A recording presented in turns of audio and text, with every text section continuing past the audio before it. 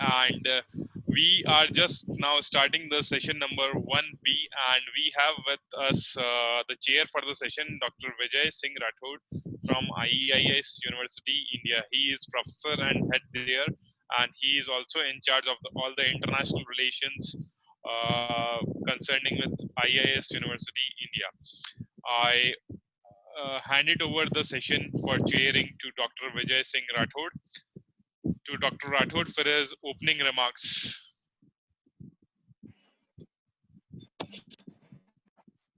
Hello, am I audible? Yes, yes, you are. Over So I to you. welcome you all participants in this session in the afternoon and in I think morning in the London. So I wish you all the best. Present your work as per the guidelines. I think 8 minutes will be given to each participant for the presentation, and then 2 minutes for the question answers. Is it so, sir? Amit ji? Yes, yes, yes. It's 12 minutes for 12 presentation and minutes. 2 to 3 minutes for question answer. That's great. That's great. So wish you all the best. So this is just for you, Professor Rathod. Okay, fine. Welcome from our team. And to begin with, we have the first presenter for this session. That is WS4 Krishnakant, a case study on impact of value stream mapping as lean diagnostic tool on the operational performance of a medium enterprise. Is the author here? Yes, I'm here. I'm Mrs. Okay. Shrutika Patil. Yeah, you can just share it, your screen, and start your presentation. Please, once again, note that everyone will get 12 minutes for presentation and 2 minutes for question answer. And I request chair to handle the next things. Thank you. Yes, please can you allow me to share the screen? Yeah, you can share it. You can share it. It's already allowed. It's saying host disabled participant screen sharing. Yeah, now it's, yes.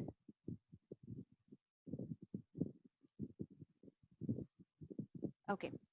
A very, very great afternoon to all the dignitaries present today. Today in our team, I have Dr. Krishnakant Dave, Dean Academics at Pacific University, and I, Mrs. Shrutika Patil.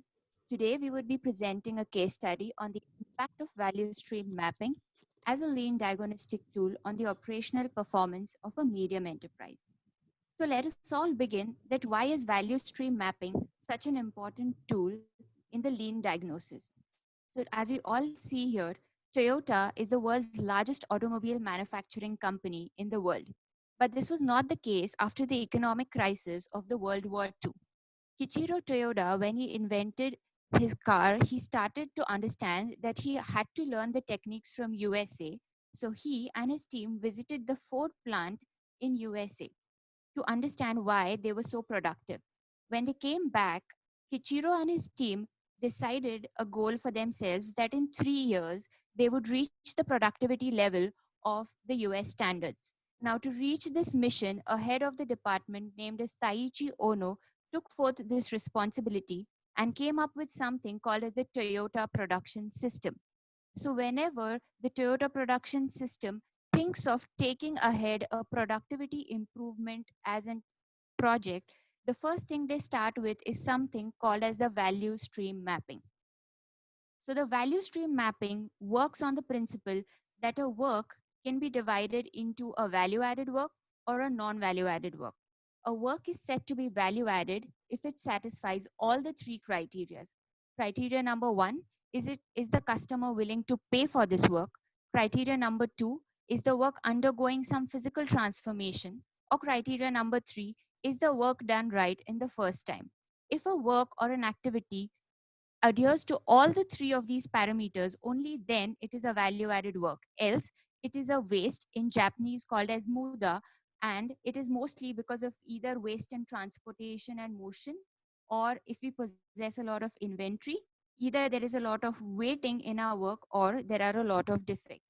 So value stream map is a tool used by consultants all over the world today because it gives us a one glance visual representation of what is the value added and what is the non value added work. It also helps us to determine that in our organization today, out of the total work that we are doing, how much of it is value added and how much of it is non value added. And above all, the main purpose of value stream mapping is to diagnose the opportunities for productivity improvement.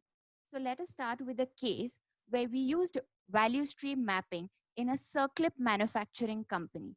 Circlip, as you can see, is a product here like a horseshoe magnet shape, and it is used in all the automobile industries. The processes involved are represented here, and I will get back to them as and when needed. So the structure of our research was first to perform a value stream map on this process. From the value stream map, we would identify opportunities for improvement. Once the opportunities were identified, we would envision a future state map with targets which we want to achieve. And after that was done, we would use the lean tools to improve and achieve our targets. And finally, we measured the impact or the results.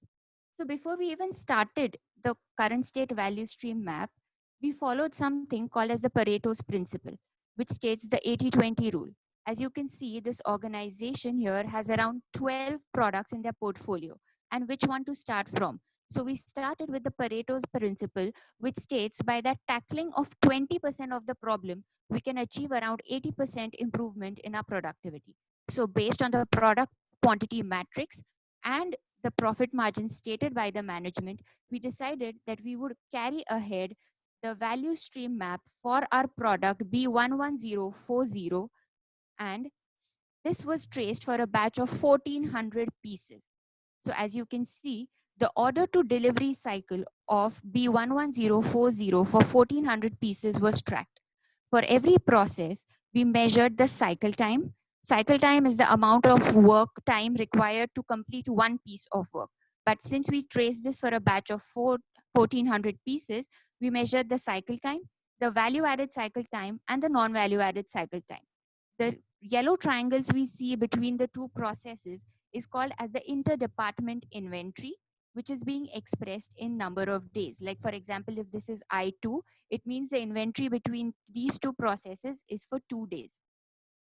Once our value stream map was completed, we found out that for the total order to delivery time of 25230 minutes, only value adding time was 1967 minutes. The conclusion was that the value adding ratio in this organization was only 7%. That is the total work that this organization was doing, only 7% of which was value adding, the other 93% of which was not value adding. So with this, we identified 3 opportunities of improvement. Opportunity 1 was this process here, as we see annealing here was a bottleneck, and it could produce only around 1400 pieces per day. Annealing is a process where this circlip is heated in a furnace at around 740 degrees Celsius and then is controlled cooled. Also, we observed that there was a huge pile of inventory in front of this process. The second waste that was identified was, if we see, we have processes like flattening, piercing, and blanking. These 3 processes here took a lot of motion. There was a lot of distance and back and forth motion in this. And the third process we observed was a yield loss. Our first process here is something called as rolling and coiling. Approximately a 243 kg steel coil is rolled and coiled into the circlip. So if the dimension, this is a manual process, and if the dimensions go wrong, the circlip has defects in it. So there was a yield loss of around 10%. So we came to the third state of our research, where we envisioned a future state that we would increase the capacity of the annealing furnace. We would eliminate the non-value adding time of 210 minutes to 170 minutes, and also improve our quality loss by 5%. So the first step that we did was something for the annealing. As we can see with the YYY analysis, we found out that every batch in the annealing furnace out here takes 2 hours for heating and 10.5 hours for controlled cooling. Now, what used to happen in the organization is that cooling and control cooling used to both take place in the same flask. So if we observe approximately 14 hours, like an entire day, only one batch of work could be produced for 1400 pieces. So with the help of theory of constraints, what we did was we heated the annealing process, which took heating for 2 hours, was done in the same Sorry flask. to interrupt you, Shrutika. Yeah. You have last 2 minutes left for your presentation. Yeah. And After that, what we did was control cooling for these flasks was done outside. So with this, we achieved almost a 50% improvement in the production. Second was the process of flattening, blanking, and cutting. There was a lot of to and fro movement of 55 meters. We used a U-shaped layout and reduced this distance to merely 38 meters. The last point about the yield loss, with the help of pre-controlled charts, we reduced this loss to almost 5%. So the results that were obtained from our project was that the lead time reduced by 40%, the yield loss reduced by 50%, the production improved by 66%, and the physical labor strain on the labor in the form of distance traveled again reduced by 30.9%. Yeah, thank you. Happy to answer all the questions. It was a good presentation. So, can you tell me what was your base paper for the like motivation of this particular work? Yes, my basic aim for this was to bring out awareness about this tool about value stream mapping, because it is a very simple tool that helps us to go actually on the shop floor and see what is actually happening in reality rather than just sitting in the office and collecting data. So it gives us a more real picture of what happens on the shop floor. Have you gone through some related papers regarding this? Yes, I have been through a lot of related papers regarding this. Yes. So can you tell some one of the papers, like which was your base paper? Yeah. So I read this paper by a Japanese professor, and there he states that value stream map is such a thing that can be used not only in manufacturing, can be used in the service sector also. And he had used this in IT processes, IT operations, and that's why I thought that I was inspired to use the same thing in my own consultancy. Okay. And have you compared your results with the existing like outcomes of the Yeah, other this is researchers? Uh, actually, this is a case study which I implemented as my own consulting. So I Okay. collected the data from the industry itself, like the company whom I consulted. It's a data shared by them. Yeah. Fine. That's fine. It's very nice work. Congratulations. Thank you. Thank you, sir. All Any the best. questions from the authors? If you have any questions at a later stage also, you can just use the chat board to ask the concerned or colleague the authors to answer them. Thank you very much. And moving on to the second presentation, Sure. the theme of the presentation is a study on Indian aviation sector opportunities with specific reference to commercial and defense aviation. I request the author to please. Shrutika, can you just, yeah, perfect. So I request the author, Yeah, Chandruvandan, Mr. Chandruvandan. Yes, yes, I'm there. over to you. You can share your screen, sir. Sure, sure. Am I audible correctly? Yes, yes, you are audible. Okay. Perfect. Sir, screen is shared. Is it Yes, yes, visible perfect. clearly? It's Yeah, we perfect. can see it. Perfect. Yeah, great. Yeah. Good afternoon, all. Good afternoon. Yeah. Hello, sir. Uh, uh, Good afternoon. And to begin with, thank you IEEE WS4 for giving us opportunity to present in this forum. And the topic of today's discussion, which has been given to, which we'll be presenting, that is a study on Indian aviation sector opportunities with special reference to commercial defense aviation. So now, why this topic has been taken, there is a specific reason for that. Actually, I was at a very senior position in one of the aerospace company in India.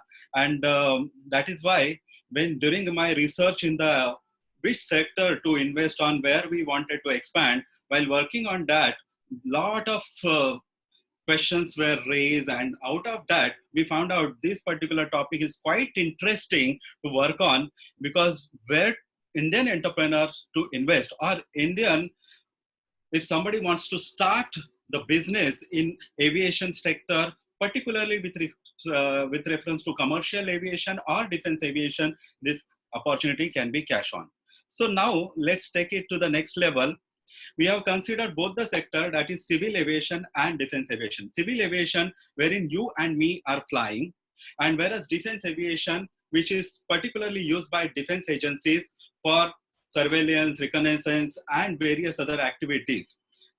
So now, why these two sectors been taken? Because both the sector, if you'll notice, whatever the activities to be done in this sector is done by foreign agencies. We are completely dependent on foreign agencies in both the segment. For example, in Airbus Industries, we are importing all the aircraft, including aircraft and its aircraft parts. Everything we are importing from France or other OEMs. And in case of Boeing, we are importing everything from US. So how, as a Indian government's initiative of Make in India, how we can make this is possible? And that's why what I did basically, what did the primary research, connected with various corporate honchos and take out this data. And after that, I found corporate as well as defense honchos and found out this data that where we can exactly invest, which are the sector, and our Indian entrepreneurs definitely can use it.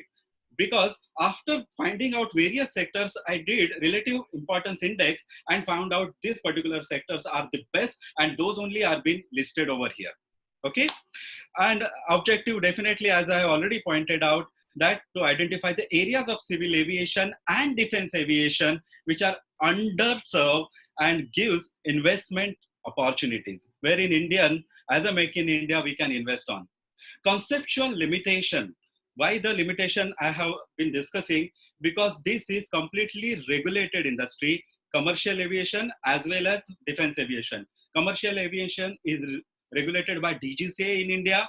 As apart from that, DGCA, EASA is also there. FAA, that is EASA is European authority. FAA is US authorities. All they are playing a major role for granting any permission for equipment manufacturer in India. At the same time, in defense domain, also if you look at, permission is required from CEMILAC authorities and various defense MOD as well, Ministry of Defense. And that is why these limitations also to be taken into care. And after that only I came out with these results, which are quite interesting. You will come to know. If you look at this outcome of the survey, the first opportunity which we found out, that is maintenance repair overall facility in India we need to have. Why it is so? Because, for example, India's largest carrier is Indigo.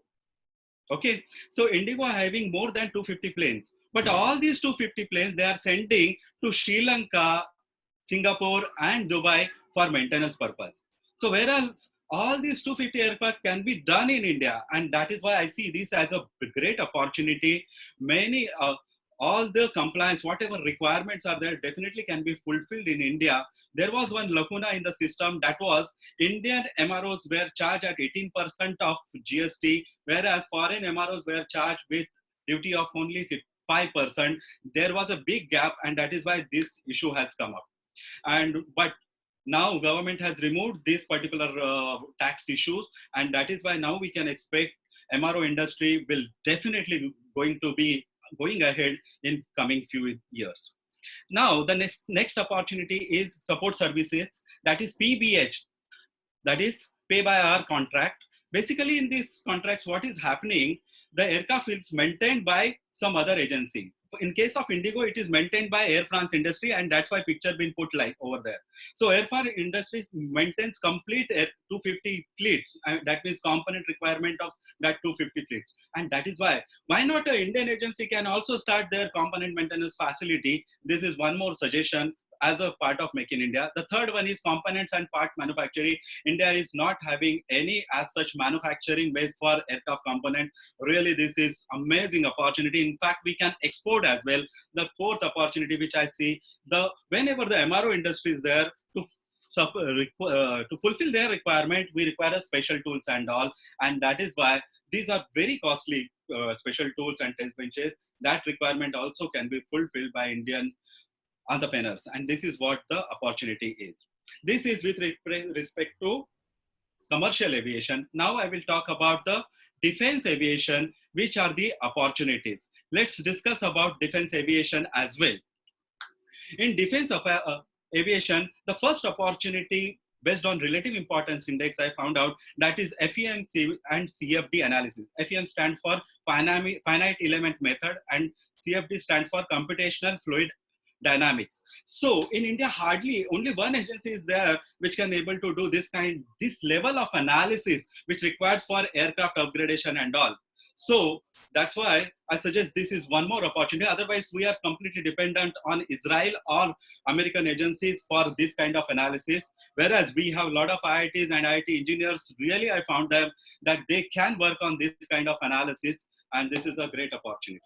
Now, the next thing is aerospace structure manufacturing. We are very less in this. Again, aircraft structures, hardly few agencies are there. Very recently, Tata Advance also started aerospace structure manufacturing activity for Chinook and all those kind of aircraft. That is one opportunity. In case of defense, again, components and parts, we are completely dependent on Russian OEM because many of our aircrafts are Russian, and that is why we are dependent. So this is one more opportunity where defense is MOD is supporting nowadays for doing Make in India and all the component sourcing in India. Really, for entrepreneurs, this is one more opportunity. Defense aircraft MRO, we are Hello? completely dependent on HL. Gentlemen, Yes, sir. ma'am. Sorry to Yes. interrupt you, but you have last 2 minutes for your presentation. Yes, ma'am. Yes. I will conclude. So defense aircraft MRO, again, the same thing. We have HAL takes a lot of time. Now that can be reduced if the private sectors comes over there. The next opportunity, I can say aircraft consumable manufacturing. Then I can talk about aircraft modification services. Out of 2,000 defense aircraft, more than 1,000 needs the modification because the technology is changing and all. And aerospace support equipment manufacturing, this is one more area. So all I have listed down. So ultimately what we would like to tell, India is a great opportunity for civil aviation sector. A lot of entrepreneurial opportunities are there, and a lot of R&D can be done. Only certain amendment in policies is required, but I think government is very progressive right now, and every entrepreneur, even anybody wants to do as a startup, they can start their business now. It's a very congenial atmosphere is there in India currently. Thank you. Open to the Q&A, sir.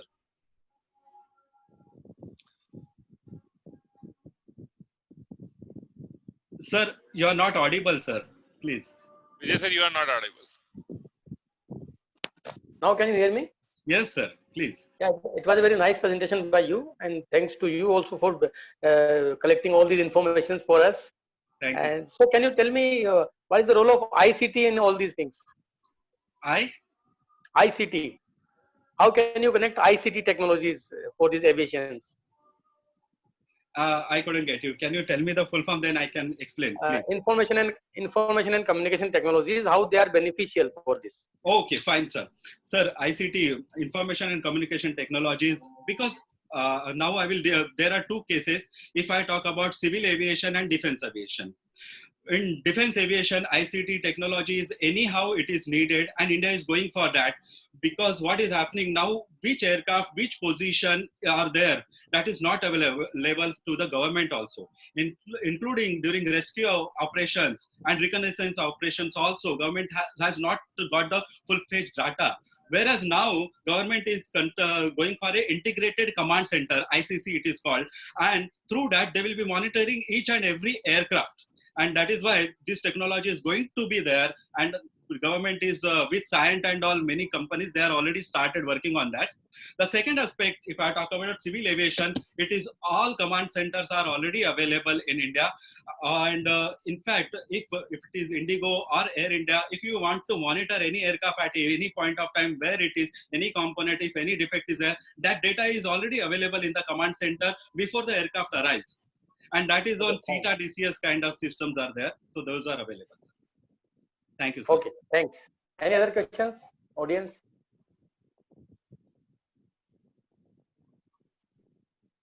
Amit ji. I hope. Thank you very much, Professor Chandravandan. And we are moving ahead with the next presentation.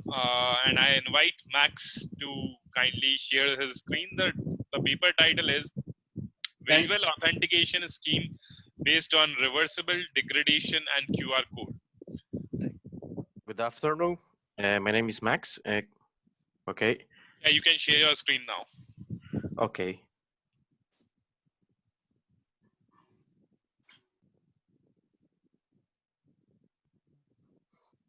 Perfect. Perfect. You can go ahead. Okay.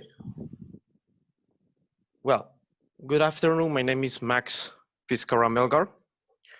Today I'm going to show you, the paper called Visual Degradation Scheme based on reversible degradation and QR codes. My co-authors are Lucas Freitas and Alberto Nogueira, and only that. We are part of the Department of System Analysis and Development of the Centro Universitário IESB from Brazil.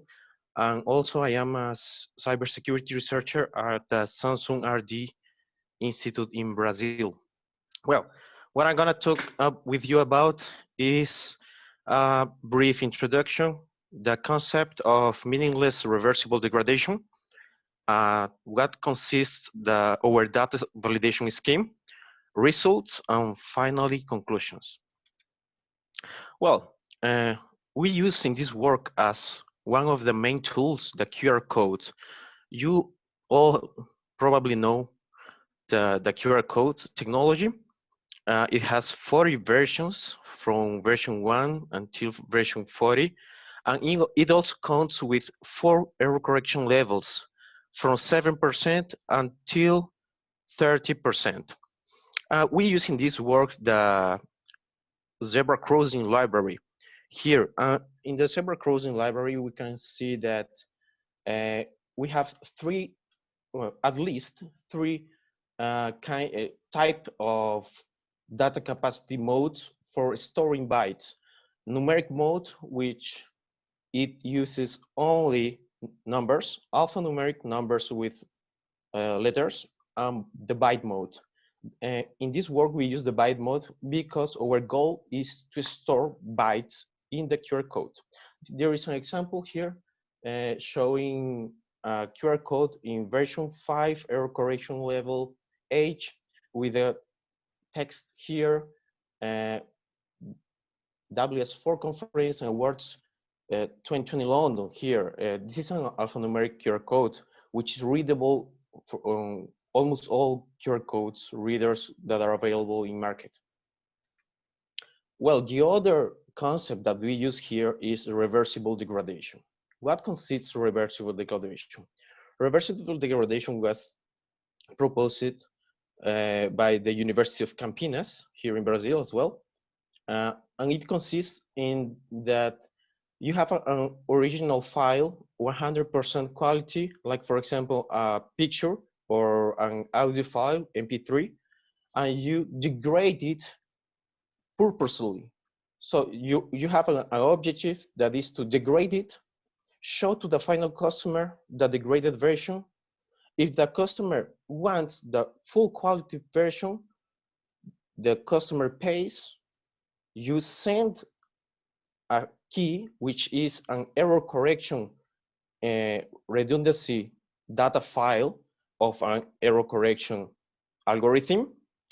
After that, the buyer, on the buyer side, the algorithm takes as input the degraded version of the image, for example, in this case, and the key, and it corrects it.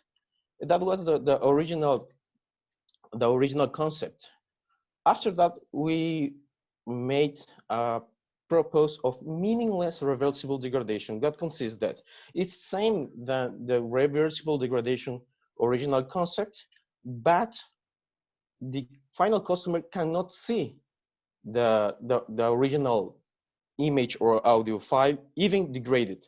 So what do we do here? We generate redundancy data from an error correction code as well. We corrupt the original data to make it meaningless. So what we take the original file, we corrupt it, we generate the redundancy data, we corrupt the original file purposely. The data after processing on the customer side will be meaningful only if and only if it is corrected by the ECC, by the error correction code. Well, the redundancy data is considered the key as well. And here we are proposing a multi-factor authentication scheme, which we apply it here only for images, but it could be generalized for every other kind of file. We have here a visual authentication, something you know because you are going to see an image and decoded by the human visual system. And we use a QR code, something you have. So in the cybersecurity field, when you have more, two of these components, something you know and something you have, you are using to an authentication scheme, you have a multi-factor authentication process. What consists our work? Well, as input, we can take up to 3,892 bytes in the QR code version 40, which is the maximum size and error correction level L. In our scheme, we are using images, but it could be another kind of file.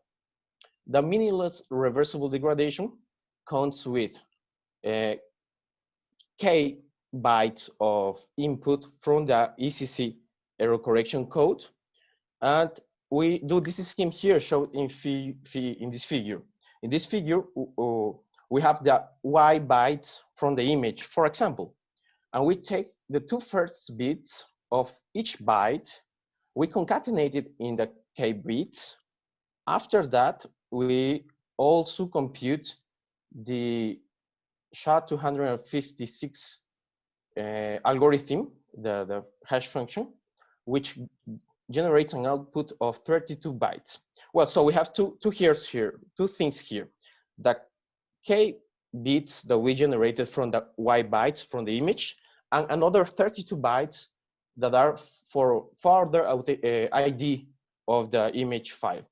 After that, we generated systematic, we use the error correction code or the read zone error correction code here. As you can see, we have K information bytes and 2K redundancy bytes. As if you know the read zone error correction code, it can correct up to n minus K divided by 2 bytes. And we use a 16-bit symbols read Solomon error correction code. So we have here for each error correction code 2 bytes for each symbol. And also the redundancy bytes are 2 times 2K bytes because we have 2K symbols. As every symbol is 2 bytes, we have 4K bytes redundancy Max, data bytes. sorry to interrupt. Yes? You have last 2 minutes for your presentation. Conclude. Okay. Well, after that, we make a one-time path data masking from the 4 bits here and bit from byte to 1 until byte Y. As you know, the data masking one-time path. Finally, we have here a total partial encrypted bytes amount in 2 bytes. Well, the final bytes that are generated are stored here in a QR code. We have here the math. If you read the paper in more details, you can check. And the efficiency of this system is here, 1 minus 4K divided by Y. When E is equal to 0.5, we have an efficiency of 50%. The reverse process is done for the decoding step. Here also we get the partial encrypted bits. We do the one-time path reverse process and generate the Y bytes. So here is an example. Finally, in results, we have 4 images: airplane, elephant, coffee. We have here 735 bytes for airplane, and for coffee 3,170. We encode them in the 3 QR codes that you see here. And finally, when we scan these QR codes, we get the redundancy file from another channel, internet channel, and we decode the image here. The user is going to see what image is this: an elephant, an airplane, a coffee. After that, it will make a conclusion and will be authenticated. Well, here we show it here finally, our multi-factor visual authentication scheme. read-only 16-bit symbol. We can encode up to 3,892 bytes.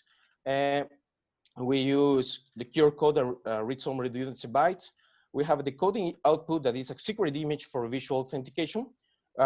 Also, as a main contribution here, we are able to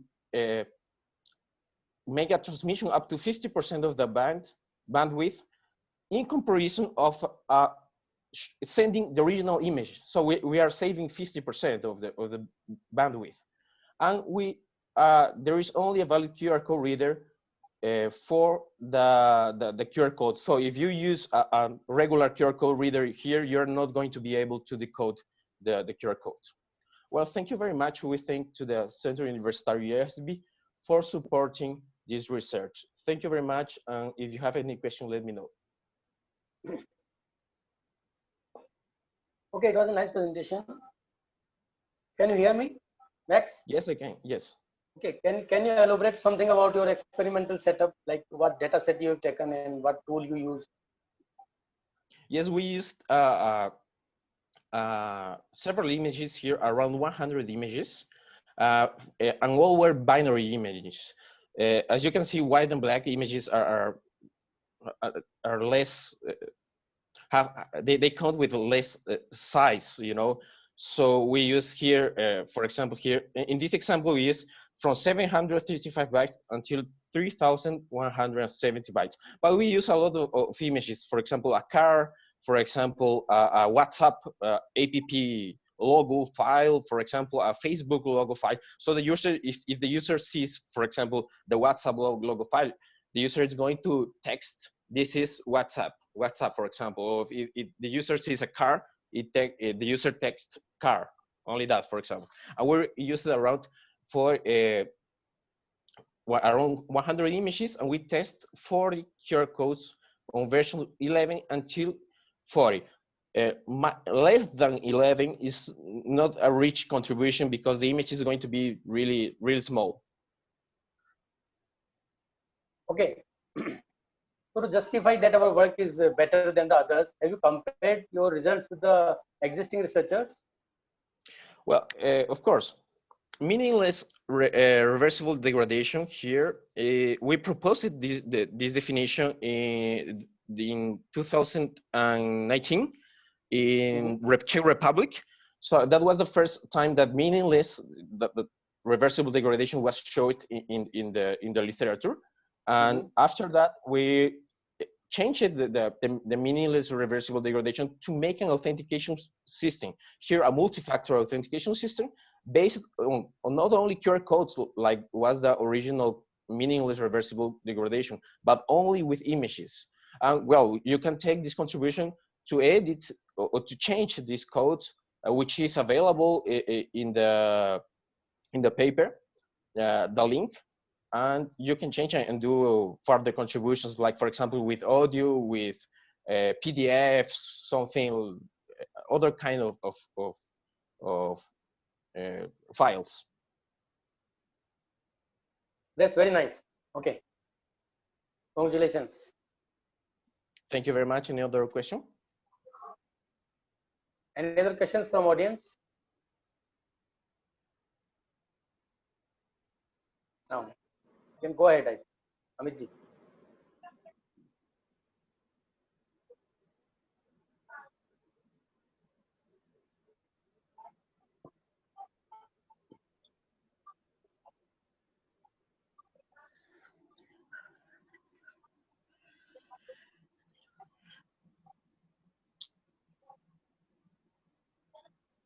Amit ji, are you getting me? Fine. So I think, yeah. The next is, I think, Janab. Are you ready? Yeah, I will share my screen. You can So start. good afternoon. Good afternoon.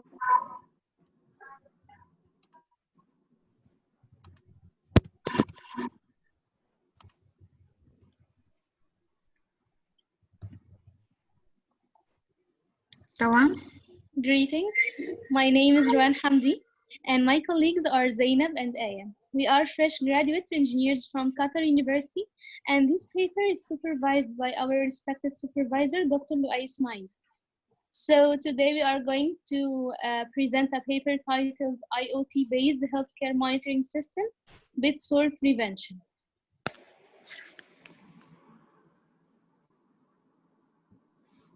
So we will start with first our problem statement, then project significance, and then the main idea, hardware components and software platforms, then the working principle, and finally results.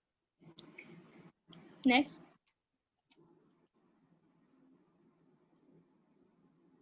Next. What are bed sores? Bed sores are also called pressure ulcers. They are skin underlying tissues ones caused by extended skin pressure. For example, when a patient stays at bed for a long time without any movement, he or she will be injured by some skin wounds.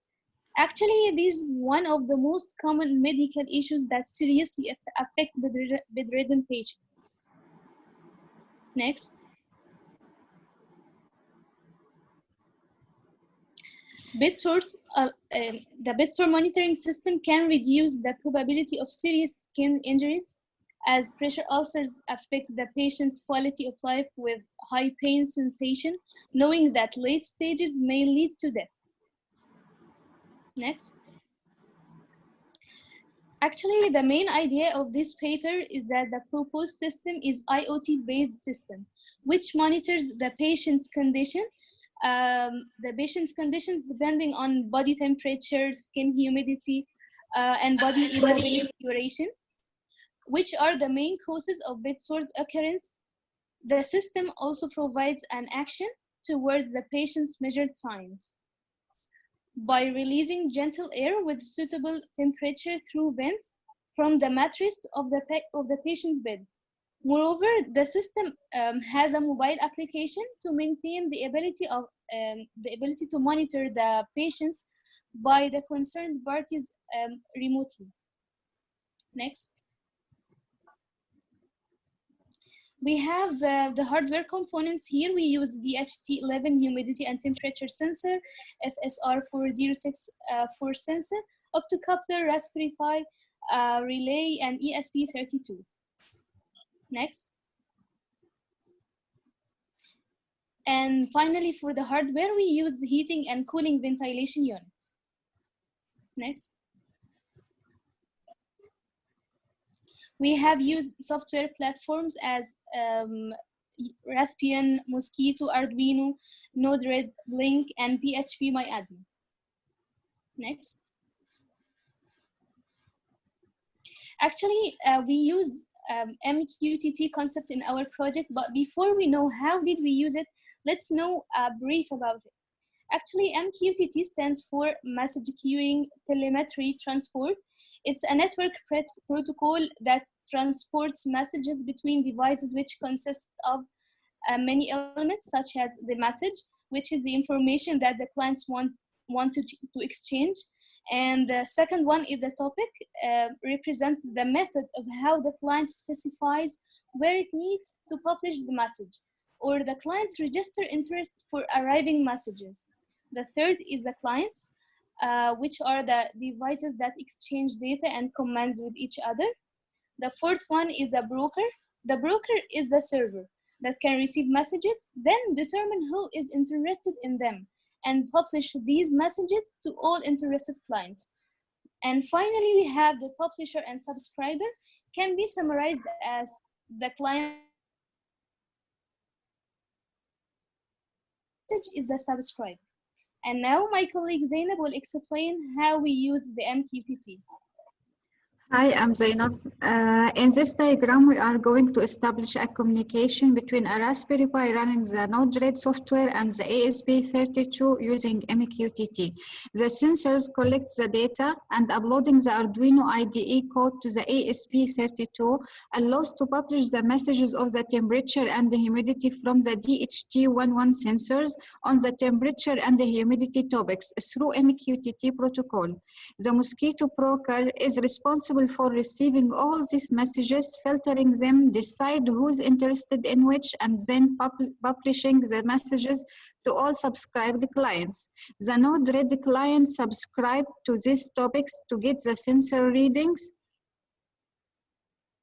The Node-RED analyzes the obtained data and take a certain decision. Furthermore, it publishes the decision as a comment message to the actuator topics to the mosquito broker, which publishes the message to the subscribed client, and then the ASP32 subscribes to that topic and receives the decision, and then forward the comment to the actuator to act accordingly. Now we move on to explain how we are able to control the ventilation kit from our system. Using this module in our project, it requires bypassing the manual switch in order to control the kit from the microcontroller, and this is done by the continuity test by a multimeter. And we end up with 3 wires, common ground wire and cooling wire and heating wire. Since the cooling and heating ventilation kit operates at 12 volt and 10 ampere, a relay is used to turn the kit's power on or off by a low power signal from the microcontroller. And in addition, optocouplers are used in order to transmit signals from the microcontroller to the bypassing wires, since the microcontroller and the kit's switch are electrically isolated. Sorry to interrupt. Now, hello? Yes? You have last 2 minutes for your presentation. Okay, here's the Node-RED flow, and here is a Blink mobile application. A Blink mobile application, just 2 things I will mention quickly. It's an interface between the caregiver and the system. It has actuator status, and in addition to that, the patient measurement will be viewed to the caregiver continuously, and it contains a notification alert and a report of how much the patient stay at the same position for the patient mobility duration. Here's the data storage. I will go through it quickly so my colleague Aya can view her results. Here you can see, as you can see in these figures, how we implement our ventilation kit inside the mattress. Here's in the figure 3, you can see the 3 distribution pads, and 4 how we simulate the bedridden patient as a mannequin on the mattress. Now my colleague Aya will tell you about the results.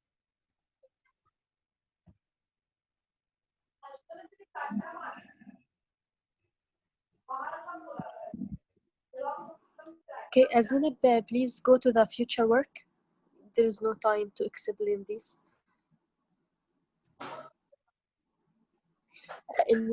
Our future work to enlarge the network, the released air can be combined with medical spray, also control the medical spray via Blink mobile application, autonomous technique to mechanically rotate the patient, adding the other Braden scales factors value in mobile application. Our conclusion next. Our conclusion, a bed sore is a common disease. Is a common disease in the world with serious consequences and causing this in late stages.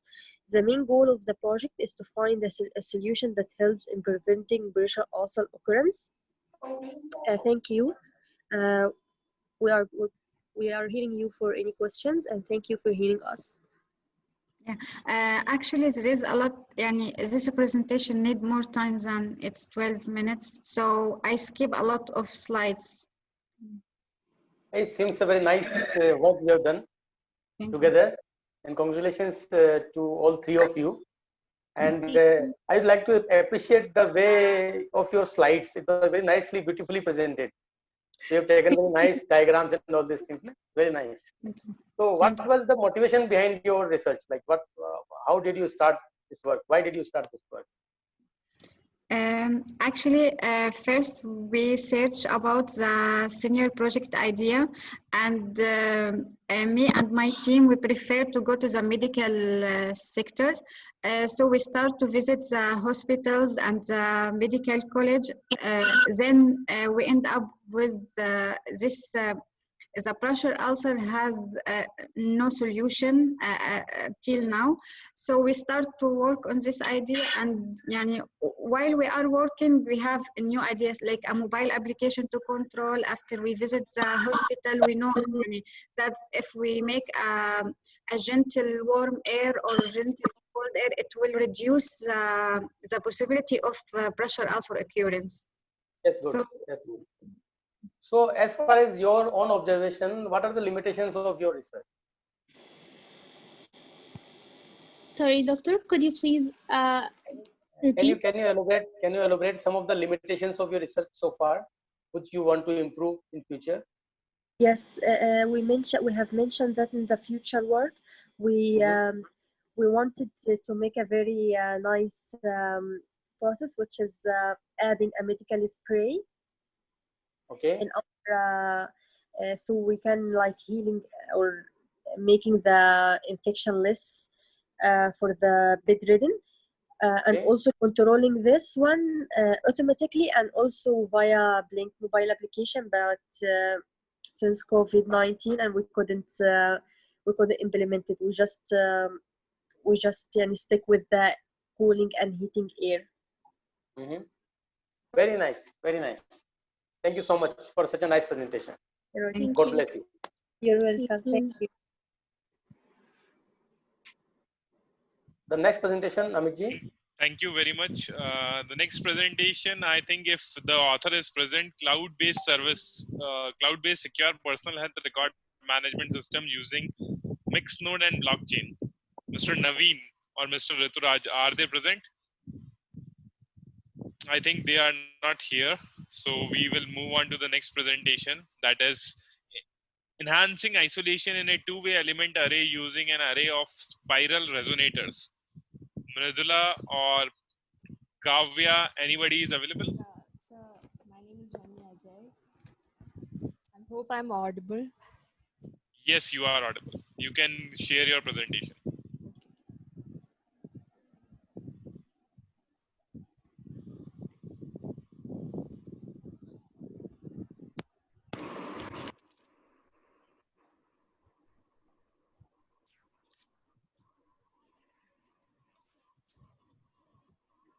So, good afternoon, everyone. I hope you all are safe and doing well. I'm Rimi Ajay, and I just completed my Bachelor Technology in Electronics and Communication from Amrita Vishwavidya Peedam. Today, I'm going to present this paper titled Enhancing Isolation in a Two-Element Array Using an Array of Spiral Resonator. So, as you all know, in an array antenna system, electromagnetic interference is a major issue we are facing, especially when they are in close proximity to each other. So the mutual coupling resulting from surface current over the antenna can seriously degrade the performance in terms of radiation gain, operating bandwidth, and radiation pattern, etc. So in this paper, we are focusing on enhancing isolation or reducing mutual coupling in a multi-antenna system with the help of array of spiral resonator. So coming to the basics, we all know that antennas are indispensable component of any wireless communication device, and it is used in many modern communication systems. Here we use a microstrip patch antenna because it has more advantages and better prospects when compared to conventional antennas. It is actually lighter in weight, it has low volume, low cost, low profile, and it is smaller in dimension. And the applications are satellite communication, global positioning system, radar dual frequency communications, etc. So in this microstrip array antenna design, we use FR4 epoxy substrate, which has the dielectric 4.4. And you can see there are two patch antennas. The distance between the two patch is taken as D is equal to 15 millimeter. The reason why we took D is equal to 15 millimeter will be discussed in the next slide. So we designed this for the frequency or the resonant frequency for 2.4 gigahertz. So when the distance between the two patch antennas was varied from D is equal to 5 millimeter to 35 millimeter, there was a corresponding increase in isolation. The best isolation was observed at D is equal to 35 millimeter. But considering the compactness, we have to compromise with the distance where we have good return loss and gain. So we fix the distance as D is equal to 15 millimeter. So various techniques are used to reduce mutual coupling between the patch antennas. We studied one approach with 4 resonator for enhancing isolation. Spiral resonator exhibit metamaterial properties and it overcomes the drawback of oversize issue. At microwave frequency, it can act as a frequency rejector or acceptor circuit. In our design, spiral resonator decrease surface waves and we achieve good suppression in mutual coupling. So in this design, the spiral resonator is coupled with a transmission line. This structure actually showed a bandstop characteristics at its self-resonance. The spiral resonator embedded microstrip transmission line filter comprises of 9 arms and 9 arms. Substrate is taken as FR4 epoxy substrate. The gap between the transmission line and the spiral resonator is 0.3 millimeter. So in order to tune the frequency at 2.4 gigahertz and to study the dependence of frequency, some of the parameters were studied. We varied the length of the spiral, width of the spiral, and gap between the spiral. So when the length of the spiral was increased, as you can see in the graph, it resulted in lowering the resonant frequency. It is because the inductance is increasing, as well as when the width of the spiral and the gap between the arms were increased, the resonant frequency also increased. So this shows that the length of the spiral is inversely proportional to the resonant frequency, and the width of the spiral and the gap between the arms are directly proportional to the resonant frequency. So based on these results, corresponding to f is equal to 2.4 gigahertz, the spiral resonator were designed for LSP 14.4 with 0.4 and the gap between the arms were taken as 0.3. So this is the S parameter analysis. We did it on HFSS. So it shows a bandstop performance. As you can see, the dip shows the insertion loss, which is 11 dB, and the mountain looking shape shows a value of 2.6 dB, which is the return loss. So next we an array of spiral from N is equal to 1 patch antennas. Good enhancement was seen for N is equal to 2, 4, 6, and 8. Because much of the current or power was absorbed by the spiral resonator, thereby not allowing to reach the other antenna.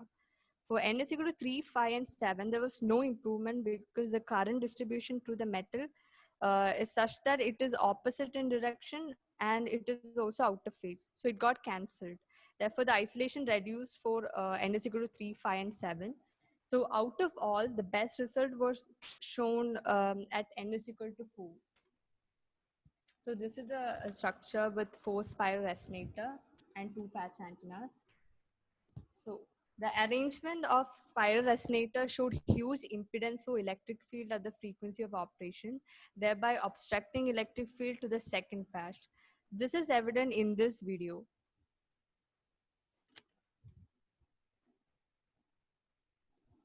So in this video, you can see that it is evident that the current distribution across array elements when the first patch was energized, it is actually a reddish orange color, which shows that it is energized. It has current in it.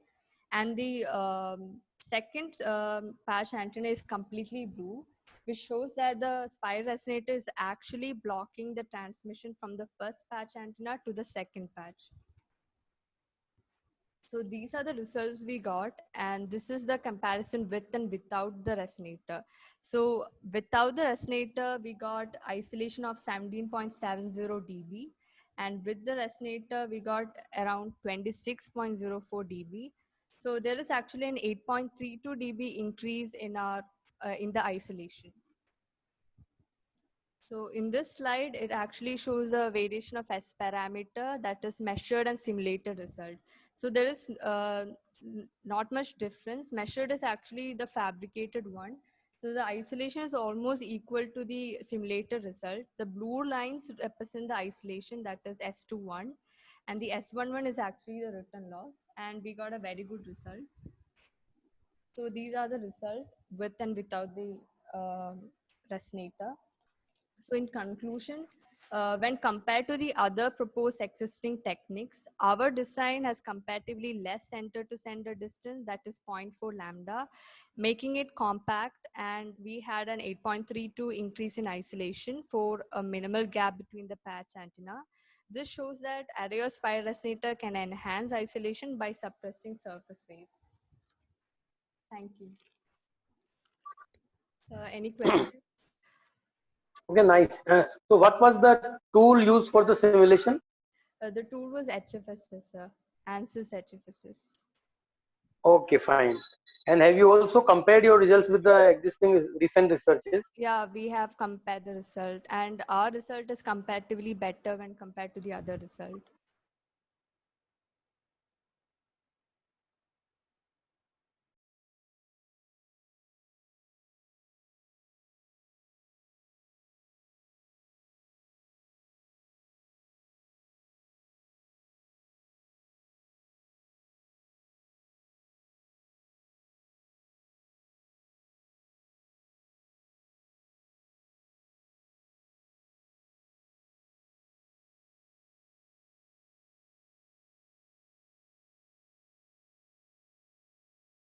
Of Limitations, your research?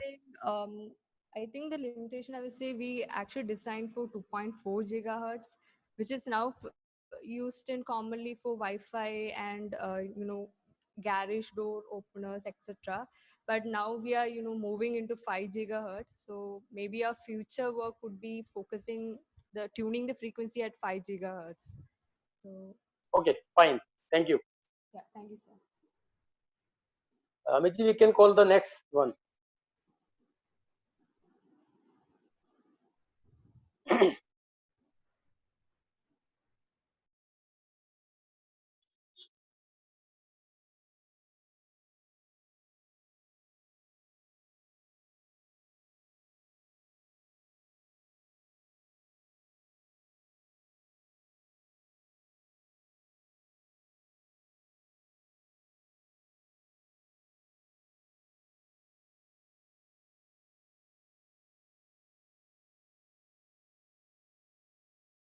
Okay. Well, hello, my name is Dion. I'm recently graduated from London Metropolitan University as a computer systems engineer. Okay. And for my project, I actually designed a smart, secure, and sustainable robotic hand. So what you actually see in the background right now is a circuit diagram for the PCB that I designed for the actual robotic hand. So that's just a little insight. Okay. Let's move on. So I'll give you an overview of what I will talk about. It would just be a quick introduction, methodology, testing, and then a very quick conclusion.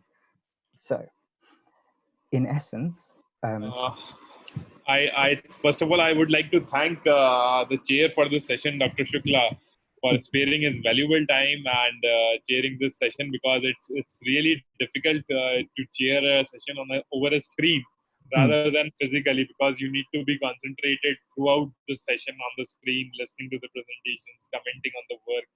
So we would like to share a small token of appreciation in new digital times to Amit, I you. think this you are in this Digital mode, one B and session you is will going soon on. receive it over mail. And once Amit, again, I would thank you for sharing your Amit, I think you valuable are in, presentation. I think Thank you you. are in the wrong session right now. Further, Session is going on. regarding the Hello, participants, Amit ji, are you listening me? I think he muted himself Hello. now. Yeah. I think yeah, he was in another session. I think. Yeah. Okay. Can continue, no So problem. yeah, so the introduction itself. Oh, let me go back. In essence, is a 3D printed robotic hand that replicates the hand movements controlled by a user's glove. This communication is wireless based, acting like a server and client model, and it's also encrypted. It incorporates a real-time signal processing and filtering to reduce the noise and anomalies for the glove. So this is a nice overview. So on the left-hand side, we have the actual robotic hand itself, which acts as a client.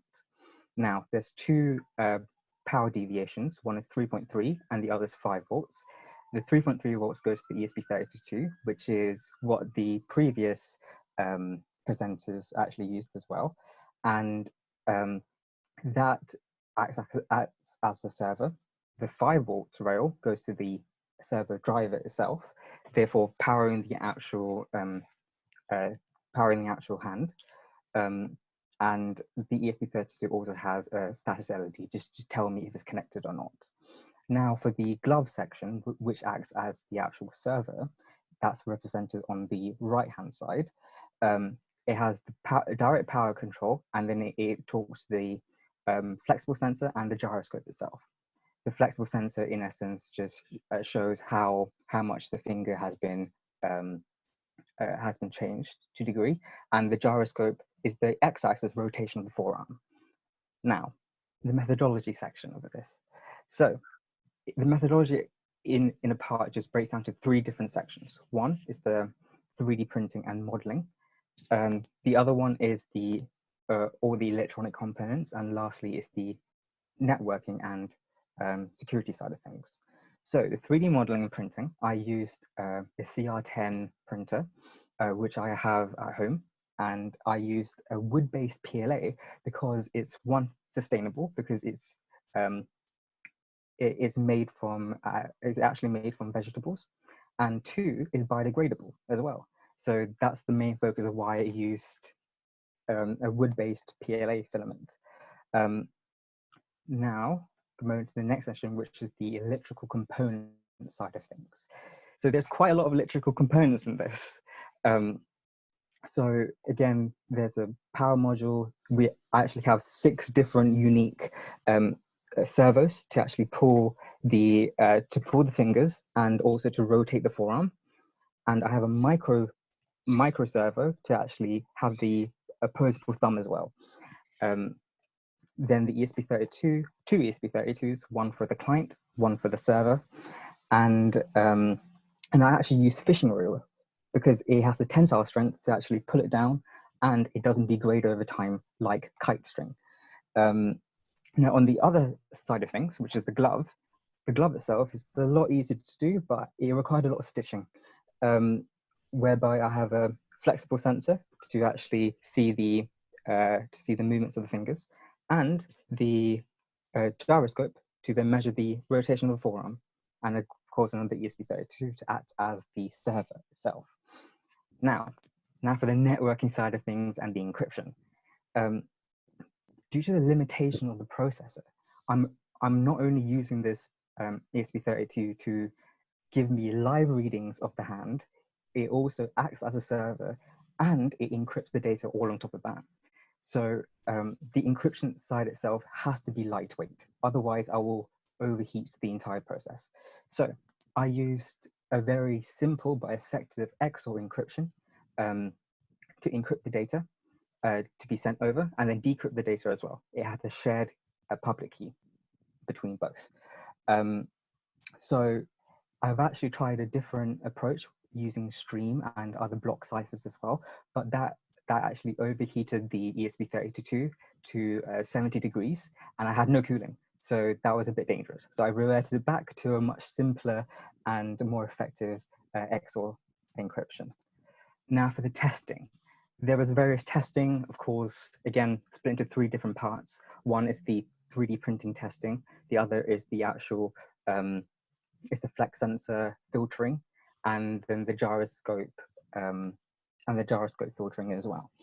So for the 3D printing side of things, I actually made 4 different versions of this product using different materials, and also trying to find out exactly how to, what temperature needs to fill, and also the density, because you don't want to waste material, especially if this is a low cost, input. The flex sensor and the gyroscope itself, The gyroscope is the bottom figure where you can see a graph. Now, the gyroscope has a lot of spikes because your hand does not stay still. It moves slightly, it always moves slightly. And the gyroscope, it was very sensitive in the raw data. So I need to take the raw data in, and then I filtered it using a moving average filter to then smoothen the reading. So on the filter below, you can see the orange, which is the unfiltered version, and the blue, which is the filtered version. This is 17% improvement of smoothing, which is actually quite good for a microcontroller that is doing multiple things at the same time. Now, Dion, I think we need to you need to sum up your presentation. Yes, I will sum it up. Okay, this little video just shows the live reading of things. So this is unencrypted, as you can see. As the hand moves, so does the hand, and then this is the encrypted version. You can see there's letters now instead of actual numbers. So it's completely different for that. Conclusion, well, this is in essence a bespoke solution and bespoke design for a controlled 3D printed robotic hand. It is lightweight, it's real time, and it secures communication between the server and the client. And that's pretty much it, just to sum it all up. And thank you. If you have any questions, please do ask. Thank you very much. Over to you, Dr. Rathod. It's a very nice, I think, one of the best presentations. It comes with the live demonstration also. So first of all, I'd like to congratulate you for making such a nice robotic hand. Thank you. And we wish that you prepare the whole robot, the whole body. The whole body, full Terminator going down. If only. I think there is some network issues with Professor Rathod. Anyways, no worries. We are just at the end of the session, and I would like to congratulate everyone for presenting their work. And regarding, there are two of the things which I would like to mention here, that already IEEE e-copyright process is going on. Some of the authors must have received the mails, and some are in a process to receive. Maybe by this weekend, everyone will receive all the mails of signing the e-copyright. So do sign the copyrights as soon as you receive the mail, so that we should not delay it much for the next week.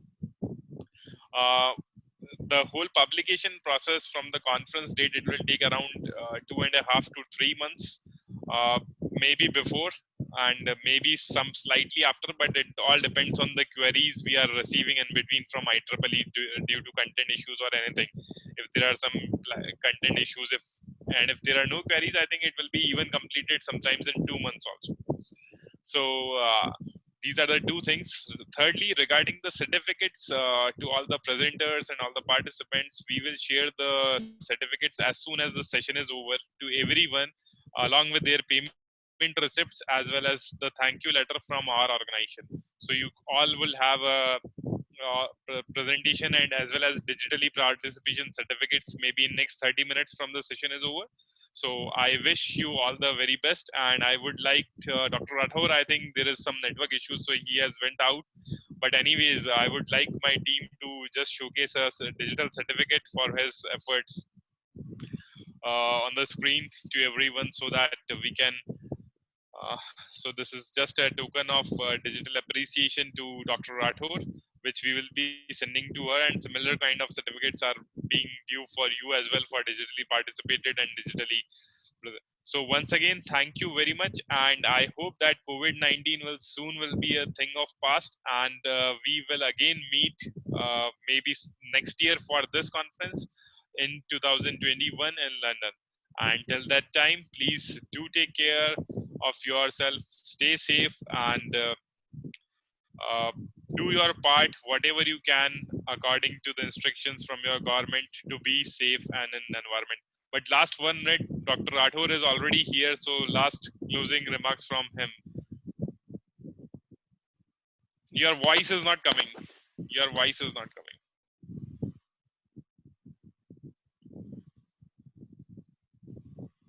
No, Professor Rathod, there is some issues. No, no, no, no, no. We are.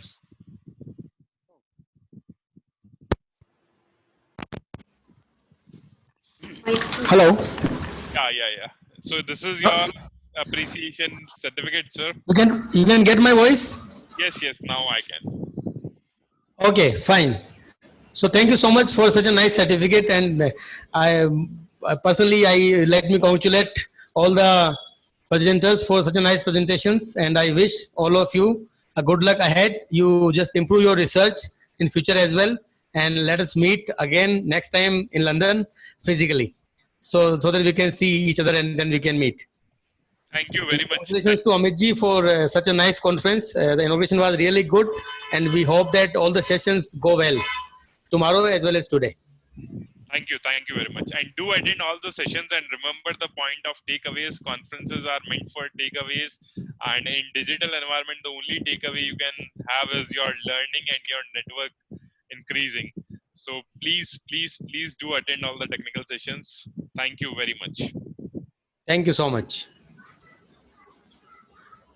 Thank you. Thank you. I think next 1 minute, 1 or 2 minutes, I'll be closing this session. So please, if you want to chat or you exchange your mail IDs, you can do it on the chat bot right now. And thank you very much.